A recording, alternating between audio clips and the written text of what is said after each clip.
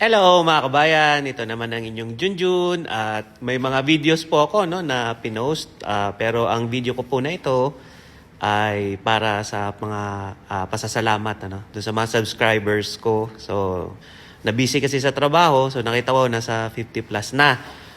So kanina pag-uwi ko galing sa trabaho, nakita ko yung nandun nga pala si Tatay Digong, si PRRD.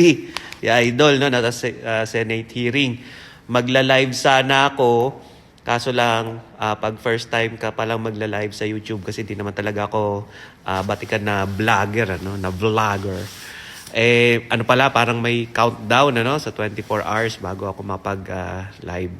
So, yun na lang. So, binidyoan ko na lang sa TV. Tapos pinost ko kasi simula nung napanood ko sa yun, tawa ako ng tawa kay Tatay Digong, Idol talaga, napakatapang, Kayo baga, sana napanood niyo yung Senate hearing. So ngayon,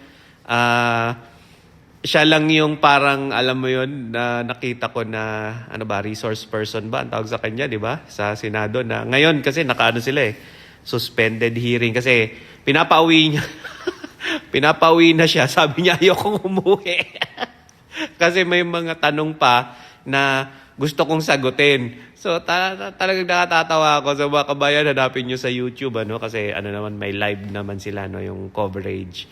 So, sobrang tapang, Sobrang diretso. At makikita mo yung pagmamahal niya talaga sa ating mga kapulisan at sundalo.